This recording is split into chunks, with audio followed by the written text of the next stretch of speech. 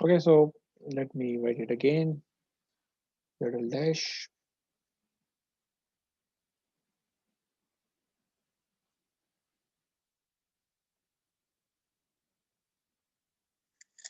and Zn dash.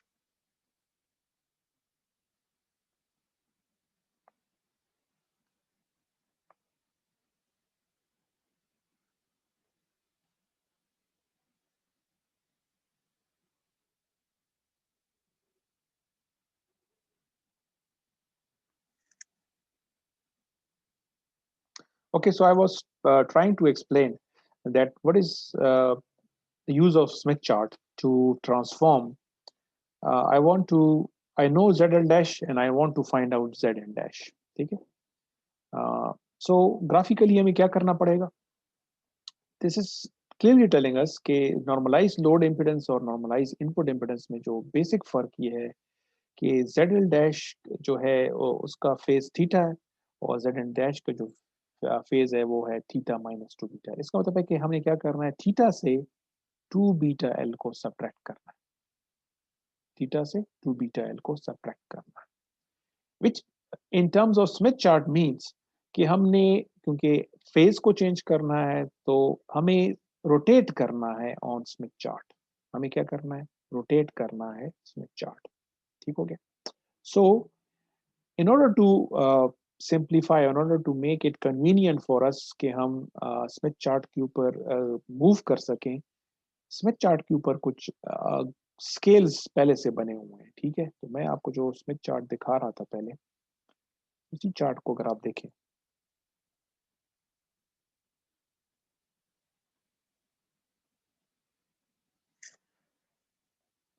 and let me zoom out.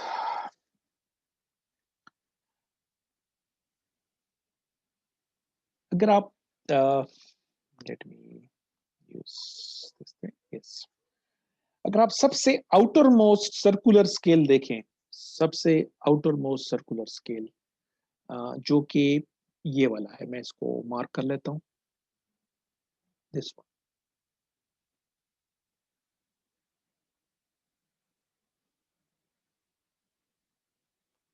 इस scale के साथ अगर आप देखें कुछ लिखा हुआ है and you can read it out, it is लिख, अगर आप इसको रीड आउट करें, लिखा हुआ है वेव लेंथ टूवर्ड जनरेटर, और साथ में आपको नजर आ रहा है कि इस तरह एरो भी बनी हुई है। मैं एरो को पॉइंट आउट कर लेता हूँ, यहाँ पे आपको इस तरह एरो भी नजर आ रही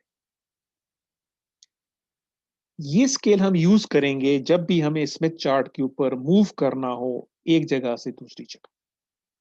now the main point is, इस स्केल को अगर आप देखें, ये स्टार्ट यहाँ से हुआ है, बिल्कुल जो हमारी हॉरिजेंटल लाइन है जिसको मैंने मार्क किया था, ये हमारी हॉरिजेंटल लाइन है। यहाँ पे अगर आप देखें ये लिखा हुआ है जीरो, और फिर ये एरो बना हुआ है, फिर लिखा हुआ है वेवलेंथ ओरिजिनेटर, और फिर आप देखें ये स्केल बना हुआ है। स्केल को अगर आप रीड आउट करें, मैं सिर्फ कुछ वैल्यूज आपको बता देता हूँ, लिखा हुआ है 0.004, 0.005, 0.006। इसको आप रीड आउट करें, यहाँ तक जब आप बिल्कुल आधा चक्कर लगा लेते हैं तो यहाँ पे लिखा हुआ है 0.25। ठीक हो गया? और फिर ये बढ़ना शुरू हो गया 0.26, 0.27, इसको आप रीड आउट कर लेंगे, यहाँ पे आपको नजर आ रहा है 0.49, और ये 0.49 और ये जो है 0.05 का डिस्टेंस है। तो इसका मतलब है कि यहाँ से अगर आप मूव करें और दोबारा यहाँ पे आ जाएं तो एट आपने कितना डिस्टेंस कवर किया होगा, 0.5। और ये जो डिस्टेंस है, ये जो स्केल आपको गिवन है, ये इन terms of wave length given है। इसका मतलब है कि यहाँ से अगर आप पूरा चक्कर लगा के यहाँ पे आएंगे तो इफेक्टिवली आपने कितना डिस्टेंस मूव किया होगा, 0.5 लैम्डा। तो ये जो स्केल गिवन है ये इन टर्म्स ऑफ लैम्डा गिवन है। इसका मतलब है कि ये जो लिखा हुआ है 0.2 लिखा हुआ है, लेकिन इसको एक्चुअली इसको आप क्या कहेंगे, ये 0.2 मिलीमीटर है, 0.2 सेंटीमीटर है? No, it is 0.2 lambda. इस तरीके से ये कितना है, 0.22 लिखा हुआ है, लेकिन जब आप इसको यूज करेंगे तो उसको आप कहेंगे कि ये कितना है, 0.22 लैम्डा है। That is why it's written wave length to it. तो ये जो स्केल गिवन है, this scale is given to you in terms of wave length, and उसका रीजन भी है। अगर आप देखें, इफ यू रिमेंबर, हमने एक कंसेप्ट डेवलप किया था कि ट्रांसमिशन लाइन जो है वो पीरियोडिक है। ट्रांसमिशन लाइन क्या है, पीरियोडिक है, और हमने ये भी बताया था कि इसका जो पीरियड है वो लैम्डा बाई 2 के बराबर है, जिसको 0.5 लैम्डा कह रहे हैं। और हमने किस बेस पे कहा था कि अगर ट्रांसमिशन लाइन के किसी पर्टिकुलर पॉइंट पे अगर हमें वोल्टेज पता हो, करंट पता हो, इम्पिडेंस पता हो, और उस पॉइंट से हम लैम्डा बाय 2 डिस्टेंस लेफ्ट पे चले जाएं या राइट पे चले जाएं और उस जगह पे मेजर करें वोल्टेज, करंट एंड इम्पीडेंस, तो वही चीज हमें दोबारा मिल जाएगी। इसका मतलब है कि impedance, voltage, current, they all repeat after a distance of lambda by 2। सो ये जो पीरियोडिसिटी है ट्रांसमिशन लाइन की, वो इस स्मिथ चार्ट में ऑटोमेटिकली इंक्लूड हो चुकी है पहले से। दैट इज द रीजन कि अगर मैं यहां से इस जगह से मूव करके दोबारा यहाँ पे आऊंगा तो इफेक्टिवली मैं जो इम्पिडेंस मुझे नजर आएगी वो वही होगी जो कि पहले है।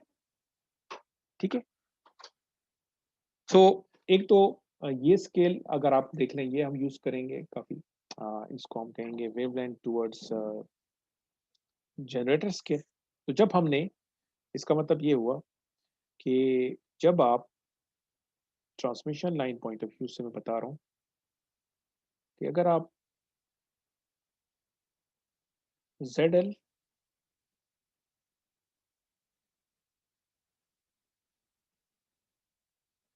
जब आप लोड से इनपुट की तरफ आएंगे तो आपको इस डायरेक्शन में मूव करना पड़ेगा। लोड से आप इनपुट की तरफ मूव कर रहे हैं, या जिसको आप कह सकते हैं कि लोड से आप जनरेटर की तरफ मूव कर रहे हैं, तो इसको हम क्या कहेंगे, wavelength towards generator. Now in some of the problems और सम ऑफ द केसेस हो सकता है कि हमें ये जेड इन गिवन हो और हमें जेड एल का पता ना हो। हमें गिवन हो कि एक ट्रांसमिशन लाइन है जिसकी लेंथ एल है, कैरेक्टरिस्टिक इंपीडेंस जेड नॉट है, बीटा गिवन है, और हमें पता है कि इसके इनपुट पे इतनी इंपीडेंस है, एंड वी भी आस्क इसकी इस ट्रांसमिशन लाइन के आउटपुट एंड पे जो लोड लगा हुआ है वो कितना होगा। तो इस केस में अब हम क्या करेंगे, जेड इन से लोड की तरफ मूव करेंगे। तो now we will be moving towards load, and of course अब हमारी डायरेक्शन उल्टी हो गई है। तो इस चीज के लिए आपको स्मिथ चार्ट के ऊपर एक और स्केल नजर आ रहा होगा। ठीक है, वो कौन सा स्केल है? तो सबसे आउटर मोस्ट स्केल तो मैंने आपके सामने रीड कर लिया है कि वो ये वाला स्केल है, वेवलेंथ टुवर्ड्स लोड, जो कि जिसकी जिसकी स्केल रीडिंग ये वाली है। ठीक है, ये मैं मार्क कर रहा हूँ, ये वो स्केल रीडिंग है जो आप यूज करेंगे। अब इसकी इनसाइड आपको एक और स्केल नजर आ रहा है, इसके इनसाइड आपको एक और स्केल नजर आ रहा है। ठीक है, मैं यहाँ पे इसको मार्क कर लेता हूँ। अगर आप देखें यहाँ पे 0.04 लिखा हुआ है और इसके नीचे 0.46 भी लिखा हुआ है। यहाँ पे 0.05 लिखा हुआ है, इसके नीचे पॉइंट्स। तो ये जो नीचे स्केल लिखा हुआ है ये किस चीज की स्केल रीडिंग है? इसके लिए मैं आपको refer let me refer back, यहाँ पे एक होगा, लेट मी इसको मैं रिमूव कर लेता हूँ।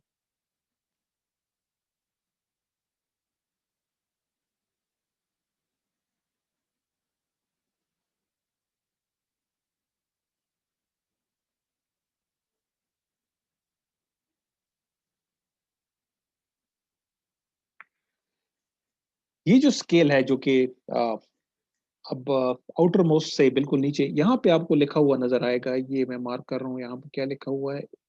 लिखा हुआ है वेवलेंथ टुवर्ड्स लोड लिखा हुआ है। ठीक हो गया। इसकी स्केल रीडिंग यहाँ से स्टार्ट हुई है, 0 है। फिर आपको ये देखें ये एरो भी नजर आ रहा है और यहाँ पे दोबारा से एक एरो नजर आ रहा है। इसका मतलब है कि इस स्केल को आप रीड करेंगे तो आप इस तरीके से मूव करेंगे। ठीक है, तो आपको ये नजर भी आ रहा है कि यहाँ पे 0 था, फिर ये बढ़ना शुरू हो गया। देखिए 0.04 हो गया, 0.05 हो गया, 0.06 हो गया, और जब आपने हाफ कवर कर लिया तो आप देखें 0.25 तक आ। ठीक है, और इस तरीके से पूरा चक्कर लगाते हुए यहाँ पे 0.49 हो गया और यहाँ पे आप 0.5 आ गए। तो ये स्केल भी आपके पास इसका जो फुल रीडिंग है वो 0.5 लैम्डा के बराबर है। और उसका रीजन आपको मैंने पहले बता दिया है कि 0.5 लेमडा के बाद हमें 0.52 0.53 लेमडा की क्यों जरूरत नहीं है, बिकॉज वी नो कि 0.5 लेमडा के बाद ट्रांसमिशन लाइन जो है अपना पीरियोडिक नेचर शो करता है। तो जो इन्फॉर्मेशन हमारे पास 0 से लेकर 0.5 लेमडा के अंदर है वही इन्फॉर्मेशन रिपीटेड कर रही होगी। तो दैट इज द रीजन कि ये स्मिथ चार्ट का जो टोटल स्केल है वो 0.5 लेमडा के बराबर है। So outer most circular scales आपको स्मिथ चार्ट पे दो नजर आ रहे हैं। ठीक है, एक मैंने जिस तरह आपको बता दिया है कि ये वाला स्केल है, वेवलेंथ टुवर्ड जनरेटर स्केल है, जो कि हम कहेंगे क्लॉकवाइज मूव करेंगे। और एक जो दूसरा स्केल है वो है वेवलेंथ टुवर्ड्स लोड स्केल है, जो कि हम काउंटर क्लॉकवाइज मूव करेंगे, ठीक है।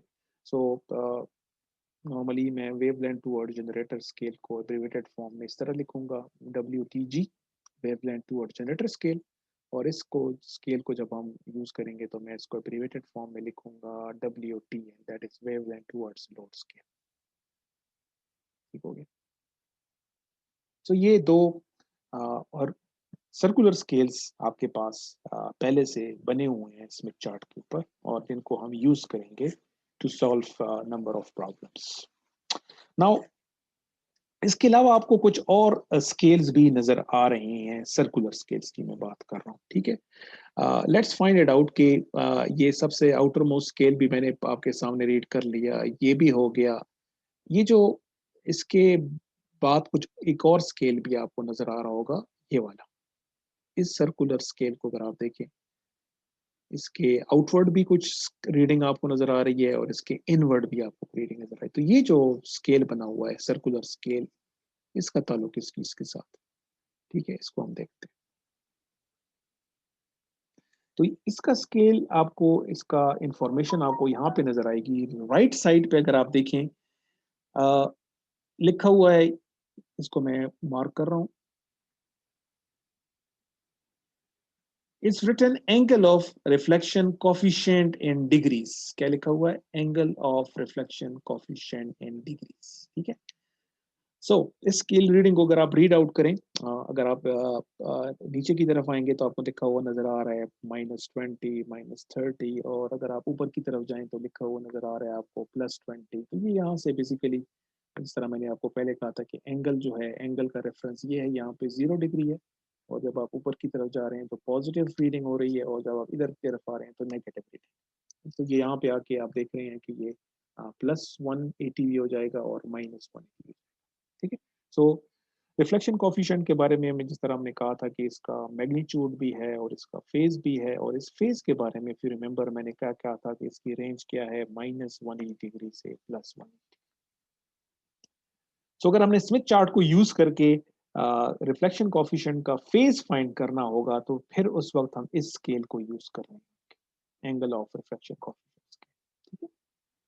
और फाइनली एक और स्केल आपको नजर आ रहा होगा, क्योंकि जिस तरह मैंने कहा कि इस स्केल के आउटवर्ड भी कुछ रीडिंग है और इनवर्ड भी कुछ रीडिंग है, ठीक है।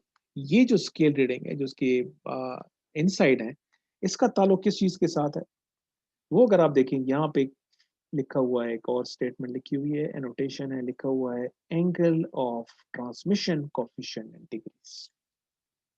इस स्केल को हम इस कोर्स में यूज नहीं करेंगे, but it's important that you should have idea कि स्मिथ चार्ट को यूज करके अगर आप ट्रांसमिशन कोफिशिएंट भी हम पढ़ चुके हैं कि ये भी एक कॉम्प्लेक्स नंबर है, इसका मैग्नीट्यूड भी होता है और इसका फेज भी होता है। तो अगर आप स्मिथ चार्ट को यूज करके ट्रांसमिशन कोफिशिएंट का फेज फाइंड करना चाहते हैं, तो फिर आप इस स्केल को यूज कर रहे होंगे, जो कि आप कह सकते हैं कि सबसे इनर मोस्ट सर्कुलर स्केल, ठीक है। सो अगर इसको मैं समराइज करूं स्केल के हवाले से, what I have shown you, मैं इसको यहाँ पे बना लेता हूँ कि हमने क्या किया कि हमने कहा कि स्मिथ चार्ट जो है, अगर हम इसको देखें तो एक यूनिटी सर्कल है, ठीक है। ये आपके पास यूनिटी सर्कल, ठीक है। लेकिन to facilitate reading and moving around Smith chart, हमारे पास क्या है कि कुछ और स्केल्स भी बने हुए हैं। जिस तरह मैंने कहा कि मैं अगर दो स्केल्स जो मैंने आपको पढ़ाए कि सबसे जो आउटर मोस्ट स्केल है, ठीक है, उसमें आपके पास क्या है कि दो रीडिंग्स हैं, एक वेवलेंथ टूवर्ड्स जनरेटर स्केल है और एक है आपके पास वेवलेंथ टूवर्ड्स लोड स्केल, ठीक हो गया। और फिर एक और सर्कुलर स्केल है, ठीक है। उसका मैंने कहा कि एक उसके एक साइड पे आपके पास है कि आप angle of reflection coefficient find कर सकते हैं, और दूसरा जो इसके अंदर स्केल है वो आप यूज कर सकते हैं, angle of transmission coefficient find कर सकते हैं।